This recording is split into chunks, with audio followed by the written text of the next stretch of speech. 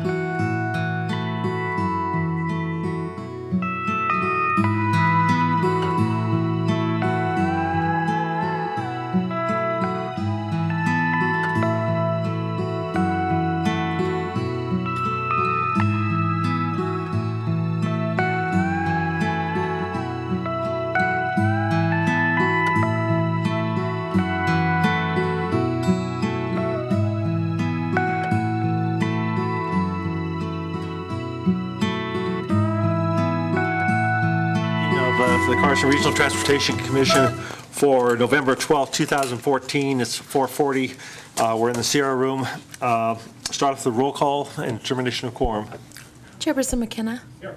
Vice Chairperson Smolenski. Here. Commissioner Bunkowski. Here. Commissioner Kimbrough. Here. Commissioner McQuarrie. Here. A quorum is present. Thank you. Next item on the agenda is public comment. Anyone has anything to say that is on the agenda and can't wait, or wants to just say something that's pertinent to this commission, let us know. Come on forward. Don't see anybody moving, so we're going to close public comment. Next item on the agenda is approval of minutes of September 10th, 2014. I'll entertain a motion or discussion of changes. Mr. Chairman, Go for it. I have a couple questions about the minutes.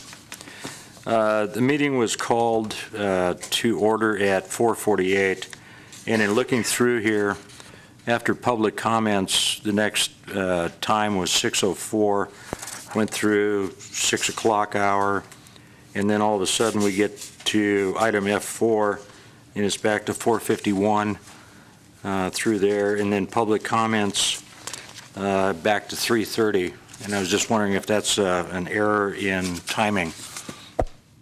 I don't think there's anyone here that can answer that, so you can? I can do that. Go ahead. I'll just go back and listen to the recording and fix it. Okay, so we'll push them off this meeting, and we'll have them at the next meeting. Any problems with that with anyone? Nope. Okay. Next item on the agenda is agenda management notice. Does anybody want to move anything on the agenda or take anything off? Not seeing anyone, includes the public. Nope. Next item on the agenda is E, disclosures. If there's anything the commissioner wishes to explain, any contact with the public or regarding an item on the agenda or business of the commission. Next item on the agenda is F1 for possible action to recommend to the Board of Supervisors approval of Federal Land Access Program Project Memorandum of Agreement. Patrick.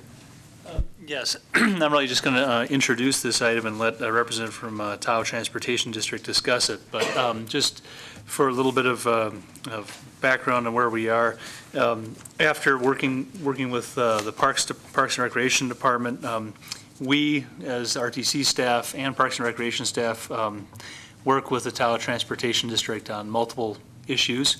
They particularly work with them on a multi-use path that's being developed up at the lake. But of course, we have Member Kimbrough is the representative for the city to the Tahoe Transportation District.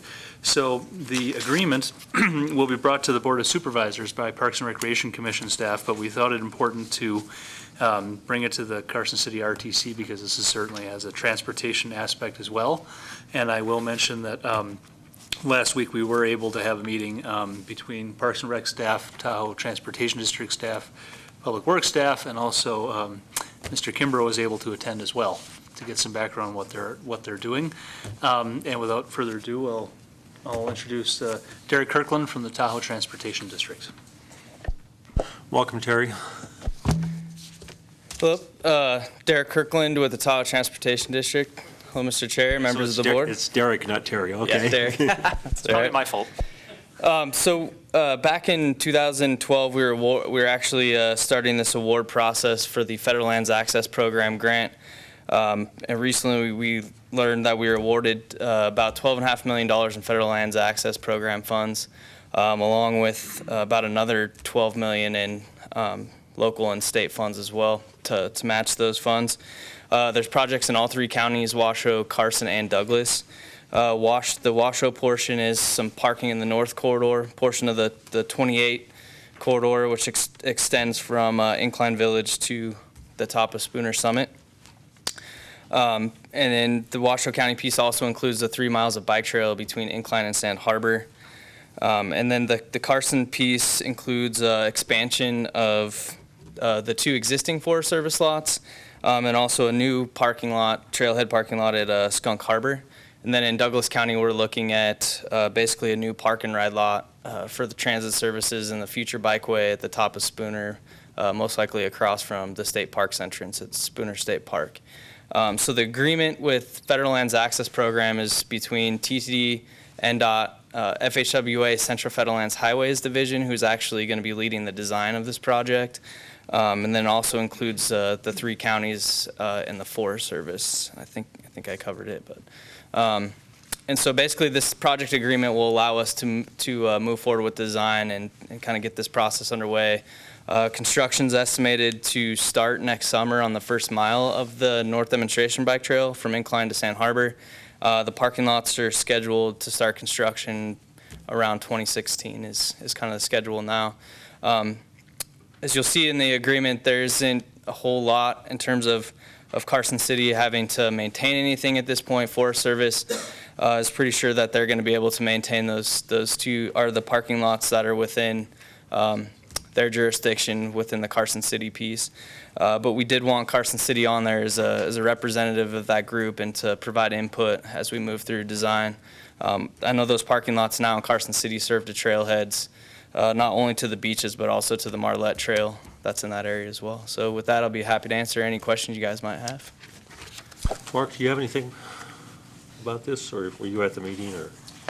I was at the meeting, but I mean, he summarized it pretty short and sweet, and staff's been working a long time on this, and then, actually, this has been going on for more than about 25 years, the planning to get this done, and they finally got it to a point where everybody's agreed to collaborate and get this all done, so it's pretty exciting, actually. But I don't have anything to add to that. On the bike trail, did they decide on the, I guess, option A or option B? Option B, I think, went up the side of the hill. Option A went down by the lake. Yeah, option A was what came out of the environmental document, the lakeside alignment. Okay. Any other questions? Need to change that. Okay.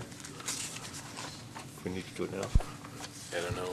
On the executive committee, do we need to change our Carson City representation, Patrick? He's thinking ahead, so Let's see. I would just do it. Yeah, I mean, Okay. I'm fine with it. And of course, I guess I will reiterate that this is not and Derek, correct me if I'm wrong, this is not a final document at this point, is that correct? We have We're actually going, Washoe County approved it today, and we're actually going to Douglas County, I believe, on December 4th. So once, the counties have all reviewed it, and there wasn't any major changes, so at this point, anything minor might be some name changes, or, and then once we finish our county, all the board meetings with the counties, then all the state agencies and non-board member agencies will sign as well, and then a final copy will be distributed. So we'd be looking at Carson City approval on the 20th at the Board of Supervisors? Actually, I believe it's December 4th is what they're aiming for. Parks Department is going to be bringing that to the board. Okay.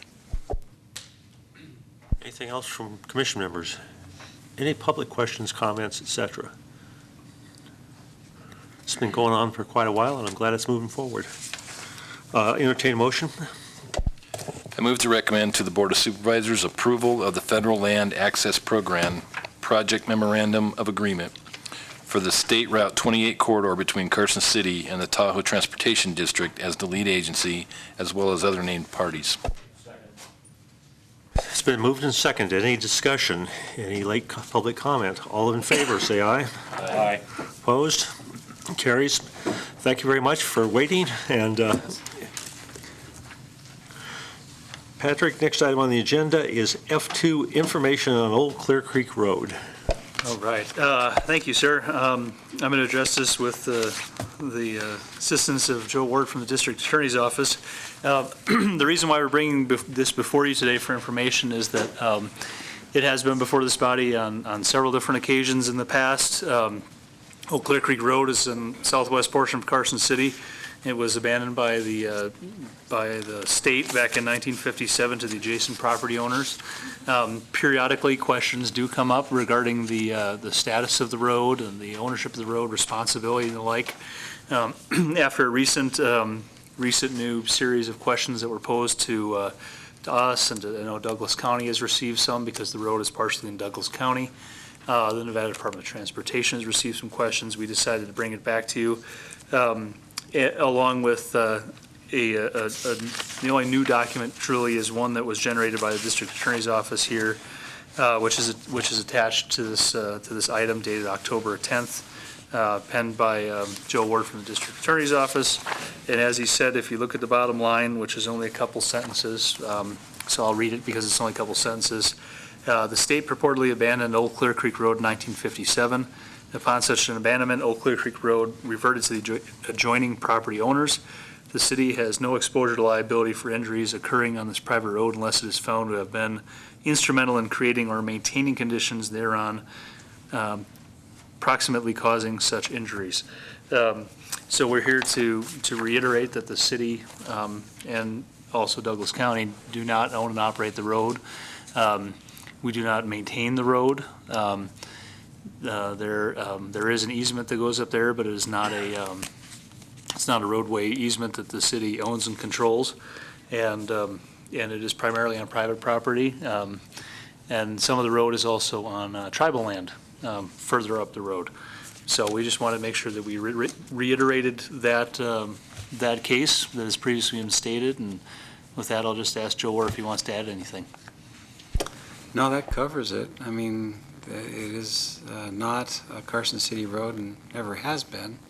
And unless Carson City were to do something that it was instrumental in creating a condition that causes some exposure to liability, there is no exposure to liability by the city.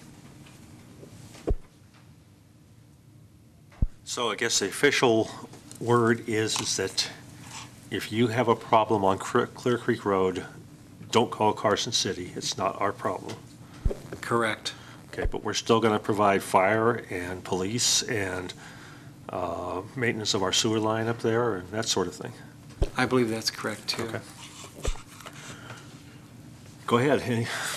A quick question. So is it right at that cattle guard where it starts? It's hard to explain without a map, but I will note that we just recently put up a new sign, it's over a month ago now, that indicates where the city's responsibility ends. There's actually about a half a mile section beyond the end of the city section that is actually still owned by the state. So the city sign indicates that the road is no longer maintained by the city beyond that point. It transitions to a half a mile of state-owned road, and then it goes to the private facilities beyond that. But there is a sign that was recently specifically placed at the end of city responsibility.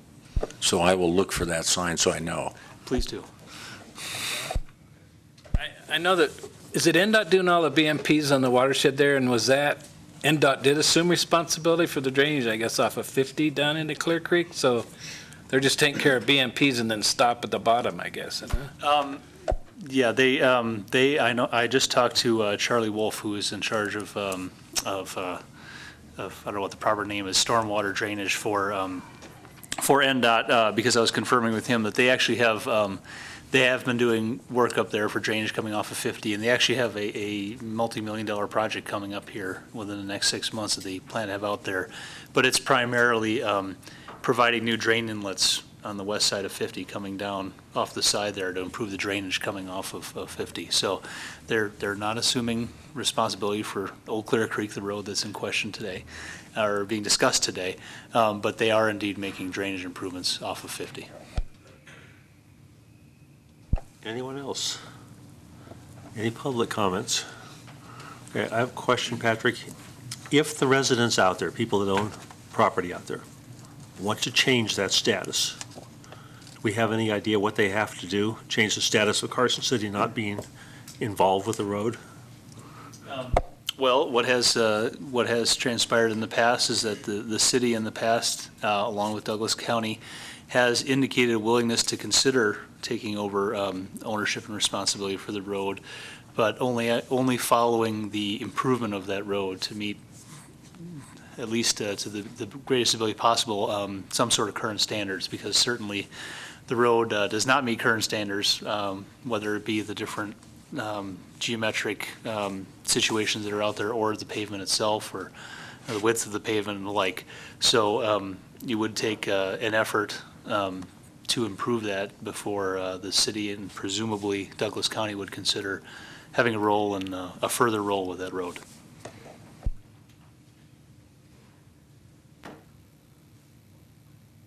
Do you need any, there's no type of action mentioned here. This is for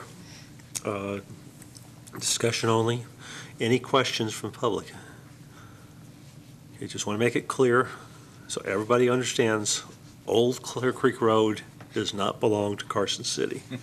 Okay, is that right? From just west of the Costco gas pumps where that sign is that I previously referenced. Thank you. Okay. Item F3, possible action to approve Amendment 1 to the Highway Agreement Number P187-12-063 between the RTC and NDOT. Okay. Thank you. We have a current agreement, which is for the construction of a project on along Hells Bells Road. It was a, excuse me, a Safe Routes to School project that had design and construction phases. The project, just for reference, the project is now complete. I think it looks good out there. I know we have some people that know what it looks like. I think it's out there, it's functioning well. After we had awarded the contract, we learned that federal funds were no longer going to be available for construction.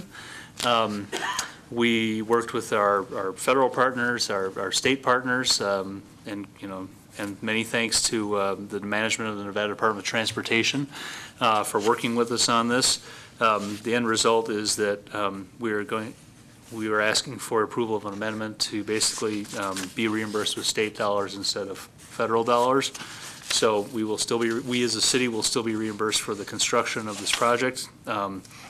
We'll get paid, and those federal dollars are actually going to be available to the state instead. So it's unfortunate that we have to have an amendment, but the good thing is that we were able to work it out in the end. Patrick, if the construction is complete, then do we need to extend the termination date to December 31st, 2015? That's in Article 3, Item 6. Yeah, the extension is only because while the project is complete in the field, we have yet to close out the project through this board, which we will have to do, and to release the retention. So it's not a matter of work in the field that's going to go there. It's just going to be the administration and bureaucracy of paying them and then being able to submit an invoice appropriately to NDOT. So by the time they pay it, it'll drag into the next year. Anyone else? Okay, I will say that the project looks complete, and it looks like it was nicely done, and stopping most of the kids from going across the field there. And it's, any public comment? Seeing none, it requires a motion. I'll entertain a motion. Mr. Chairman, I move to approve Amendment 1 to Highway Agreement Number P187-12-063 between the Carson City RTC and the Nevada Department of Transportation for the Hells Bells pedestrian project. It's been moved and seconded. Any additional discussion from anyone? Public included. All in favor? Aye. Opposed? It carries. Next item on the agenda is F4. This is the Highway 50 East Shared Use Path Improvement Project. Patrick? Yeah, thank you. I'm going to give you a little review and then mention a mathematical error on the form, or a typographical error. This project is a 95% federally funded Transportation Alternatives Program fund. These are actually funds that were awarded last year, along with a couple of other projects. The Nevada Department of Transportation had offered to implement this project, which we originally had taken them up on because it is located along US Highway 50 east of the freeway. Because while we are responsible for the maintenance of that path, it's actually located within NDOT right-of-way, so we thought this was a good opportunity to let NDOT implement the project. However, after they spent some time looking at it and looking at the logistics of implementing a project of this size, it was mutually agreed that it would be more beneficial for the city to implement this project like other ones that we are as well. So now little after the other two projects we got were the West College Parkway sidewalks, the William Street path. This is the same type of funds, same year and everything. We're now bringing this to you, and we will implement this project like the previous ones. And now for the number that is incorrect, I want to note, and thank you to Member Bonkowski for pointing this out, the fiscal impact on the second page is listed as $105,263, but it should be listed as $189,474, as it is referenced just in the line below under explanation of impact. And with that, I'll take any questions.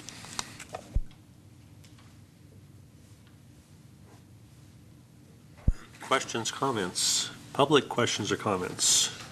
I'll entertain a motion.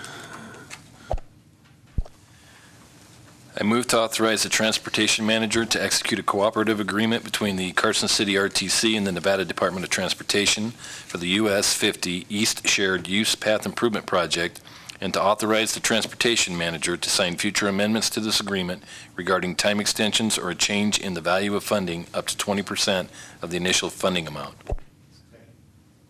It's been moved and seconded. Any discussion, public comment? All in favor? Aye. Opposed? It carries. Next item on the agenda is F5, permit discussion only, right? Okay, discussion on closing 3rd Street between Carson and Curry. Okay, thank you. The proposed closure to traffic, vehicular traffic, motorized traffic of 3rd Street between Curry and Carson Streets has been proposed and discussed, as I indicated in the forum at forums including the Redevelopment Authority Citizens Committee. And the item will be coming before the Board of Supervisors next week, Thursday, at its meeting. And at that point, issues will be discussed regarding that project. But as the staff for the RTC, we thought it important to look at the traffic flow in the area on that road that's proposed to be closed, and on the parallel roads that would be assumed to take the traffic that wouldn't be on 3rd Street anymore, and just report to you, basically a reassurance that we believe that closure would not negatively impact the traffic flow in that area in any significant way. As we mentioned in the form, 3rd Street is a one-way westbound street currently. It has about 260 vehicles per day per recent counts that we did. 4th Street is also a westbound street, only has about 180 vehicles a day. And 2nd Street is a two-way street just to the north that has about 160 vehicles in one direction and about 120 the other. So the bottom line is that these are quite low volumes of traffic that we're talking about here, and we don't believe that the 3rd Street proposed closure, should it be approved at another venue, would have any serious negative effect. But I did note at the bottom here, and I just want to reiterate that that this is not that this is being considered in the context of other things that are going on downtown, and should anything else need to be proposed for any reason for other roads, it would have to be considered within the context of those other plans, including the design of the downtown complete street project, which is moving forward. But just to reiterate, we are not a decision maker. We're not involved in that discussion. All we were asked was, will this cause problems with traffic flow? That is correct. Okay. Questions?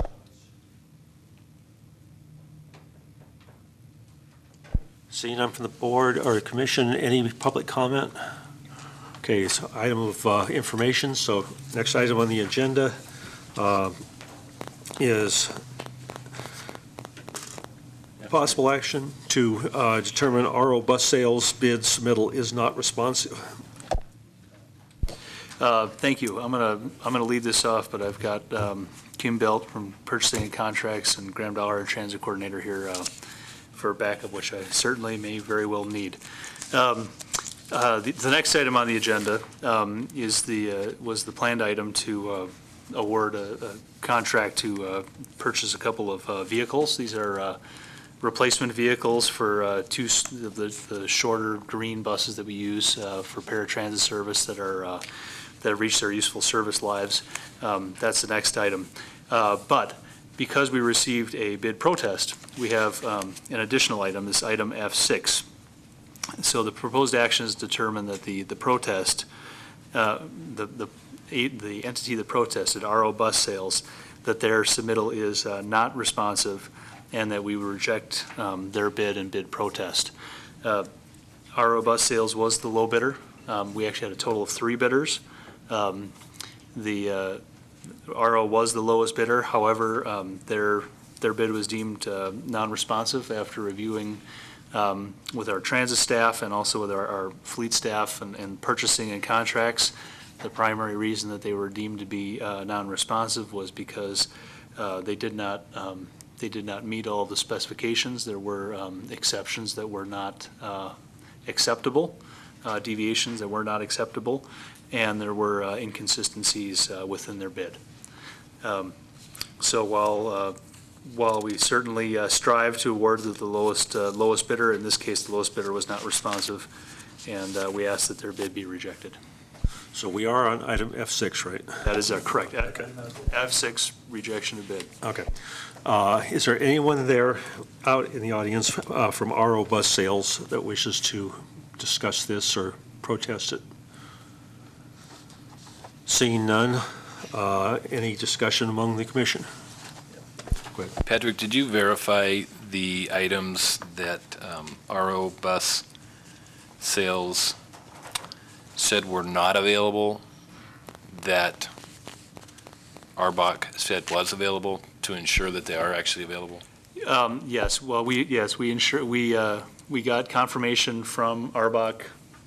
We had further confirmation from ARBOC beyond the bid that they are indeed, they do meet and exceed the specifications that were required. Is that a correct statement? Thank you. Just make sure I'm right. Okay, go ahead, Mark. In the process of, is this the board then that decides the bid if they are protested? This board decides that. It doesn't go anywhere Yes. else, it's this board. That is correct. Okay. Public comment? Once again, I'll ask for any protests. Come forward. Don't see any. Entertain a motion. I move to determine that RO Bus Sales bid submittal is not responsive, and therefore staff recommends the rejection of their bid and bid protest. Second. It's been moved and seconded that we reject the bid. Any comment from the public or from the commission? Seeing none, all in favor? Aye. Opposed? Next item on the agenda is F7, where Patrick gets to buy his bus. Buses plural. As I indicated, this is a proposal to acquire 2 23-foot-long paratransit buses. These are primarily for use in the Jack Assist service, not moving large quantities of seated people, but for example, has the ability to move multiple wheelchairs simultaneously. It has a low floor with a ramp that goes up. It'll be similar to the newer buses. The ones that we're replacing, the older ones, actually still have the big mechanical lifts that have to go up and down that take quite a while. These will replace those older vehicles that have reached their useful service lives. As previously mentioned, there were actually a total of 3 bids. A protest was received from the lowest one, which has just now been rejected. The bidder in the middle was not heard from. And I'll just point out that while this was the highest bid, there was not a large difference, and this is within the budget that we have available to us.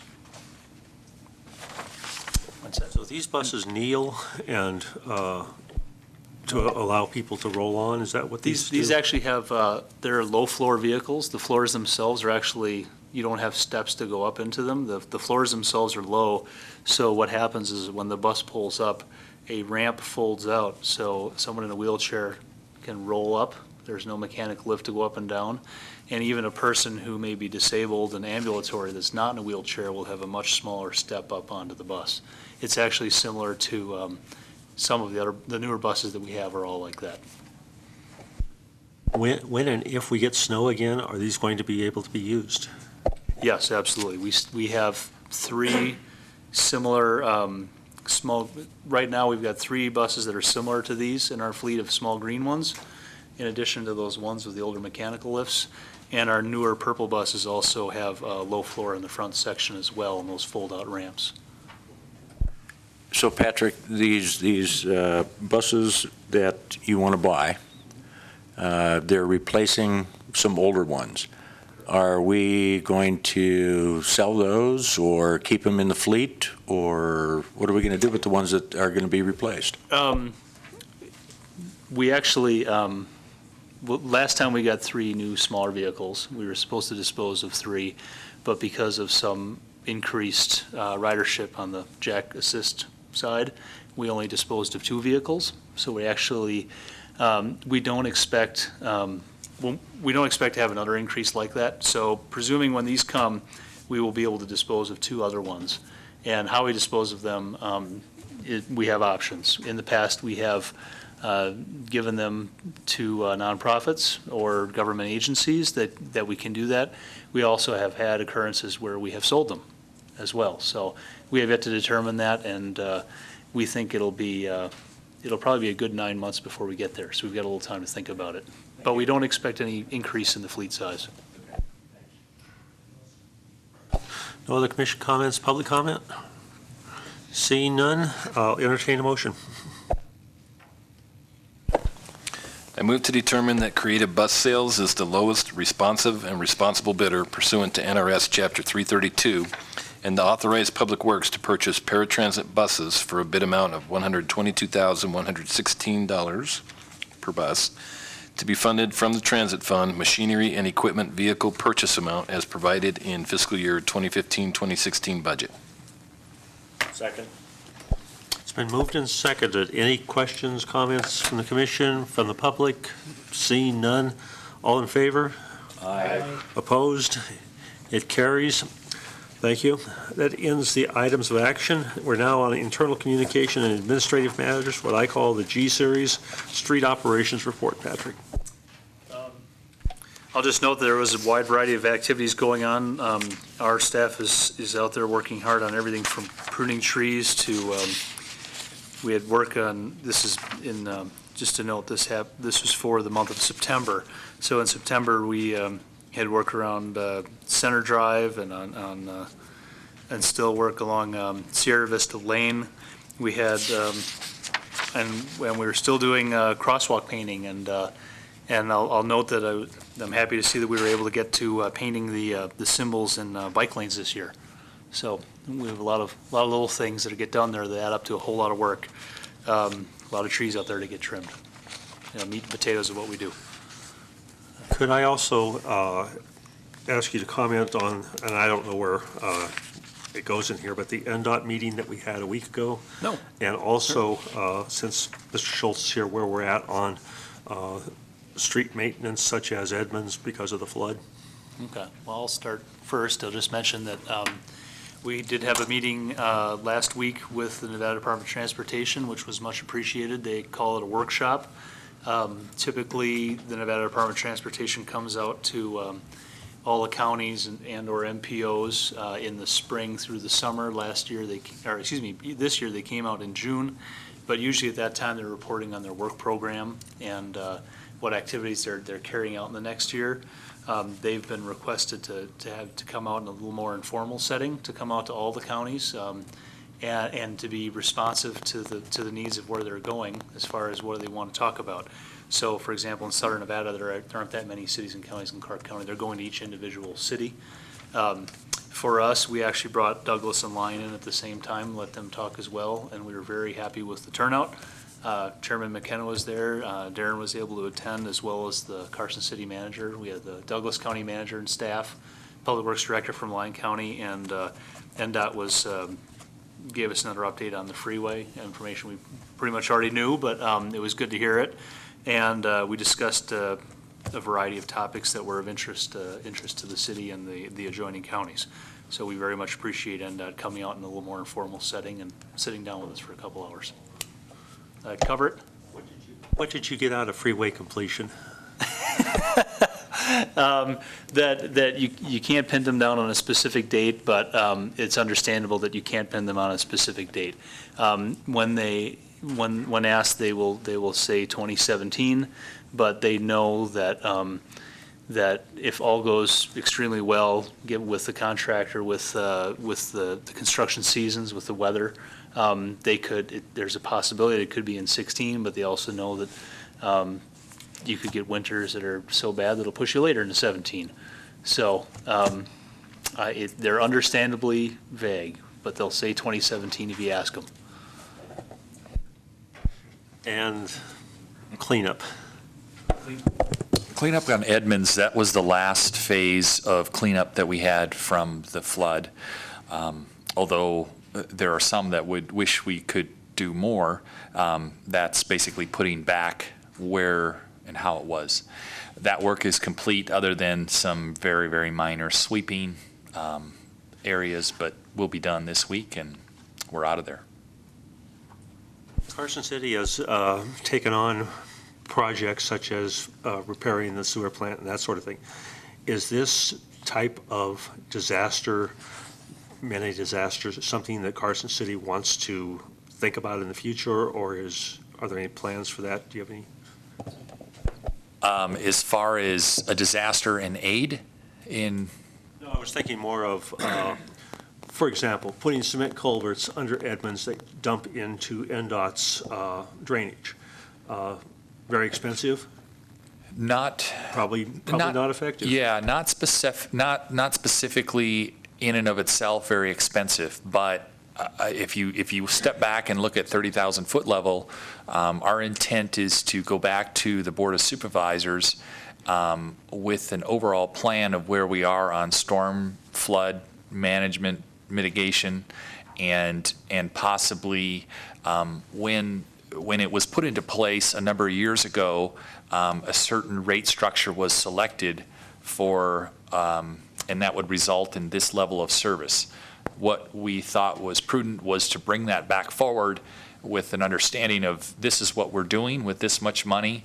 Are you happy with that? Would you like more? Would you like less? And so we're intending to bring a presentation before the supervisors probably within the next 2 or 3 months to discuss that. But part of that would be to add additional culverts, box drains, that sort of things, detention basins around our city to help us in these experiences. But it needs to be very clear that when you have a 200 or a 400-year event that we had, there's no money enough in the world to prevent certain amounts of damage. And that's all outside the purview of the RTC, right? That's correct. Okay, so we have nothing to do with it, although we're interested. Stop smiling. Anything else, Patrick? No, we want me to talk about the, just a little bit of the project review here for G2? Go for it, whatever you Okay. want. I'll just mention that, just touch on a few of them. The East Fifth Street pedestrian project that, if anybody's driven down Fifth Street, you'll see that they are still in the thick of things, working hard out there. The Western Nevada College sidewalk improvements are Patrick, could I interrupt you Oh, for a yeah, sec? sir. On the Fifth Street improvements, are the poles going to be relocated? Are you going to widen the sidewalks, or are they going to be, We're not- going to be yeah. poured so that they go around the sidewalks? Yeah, we're not relocating the poles. We are adding width to the sidewalk behind there, so that it'll be passable and ADA compliant. And as a matter of fact, as I was coming home from work today, I saw that they have come to that first pole, and they have completely taken out all the concrete around the pole and have kind of gone into the grass area of whatever property they're on. So there's going to be access around the pole. Are they going to finish before the storms come? I'm thinking we're going to have storms this year, so. Well, and nor am I a weatherman. I'll just reiterate the Western Nevada College sidewalk improvement projects is nearing completion of design. We're looking forward to getting that out and awarded sometime in winter here, build as soon as we can. There's a couple other projects going to be. I'm more worried about Fifth Street simply because those people have limited options. Right, we're very much aware why we've thrown in the kitchen sink to keep it moving. Long Street sidewalk improvements, Robinson Street will both be in spring. The 9-lane project, however, was supposed to start construction this week. And finally, I'll just mention that the slurry seal program, we did make progress on the slurry seal this year, completed some of the work, but we were not able to complete due to the temperatures, actually, not actual snow in the air, but temperatures. And it is our intention to come back in spring and finish the areas that we were not able to complete this fall. Right? What is that temperature? 60 or 65? No, I think it's actually a little below that, but I the cold think nights are I think it's 55. I believe Temperature has so. to be 55. So 55 and rising. they couldn't start till 10:30, 11 Yeah. o'clock, and then they'd have to stop at 3 o'clock because we wouldn't let them do it after that because of traffic, so. So yeah, it's the cold nights are a killer. And that's it. Future agenda items. I actually have a little note on my phone here. Hopefully, we'll be closing out that Hells Bells sidewalk project that we just previously referenced. We want to get that closed out so we can go to the invoicing process to NDOT. We do have another agreement for Transportation Alternatives Program funds pending with NDOT. It's about $650,000 of federal funds for extension of the freeway multi-use path. And another one for about $250,000 of safety funds to make improvements at 2 intersections, including signal and sidewalk improvements. So we've got all of those in the hopper and hoping to get as many of those to you guys by the next meeting. Questions from the commission? Public? Go ahead. Just a couple quick questions. Could we get an update on the agreement with UNR and how that, is there any news on the roadways? And also one more update on the study, the citywide study on all the ADA. I think there's a contract out. I'm just curious where we're at on those two items. Thanks. Yes, and for the record, one of those is certainly they're both cross lines between Campo and RTC, but they're all benefiting the city, so we'll be happy to bring those back. Anything else from anybody? Okay, commissioner comments? Seeing none. Public comment? Come on forward.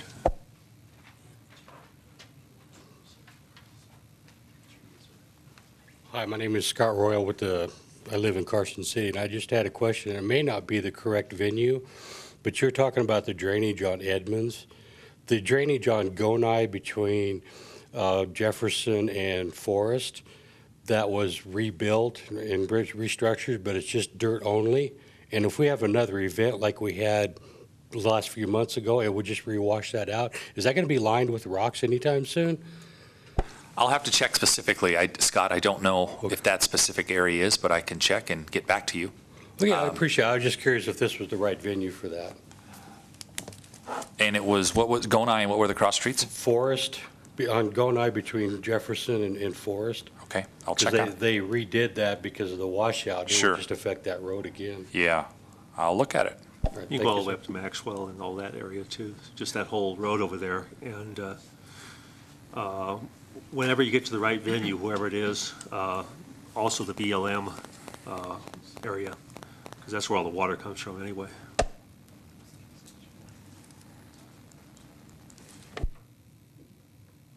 Any other public comment?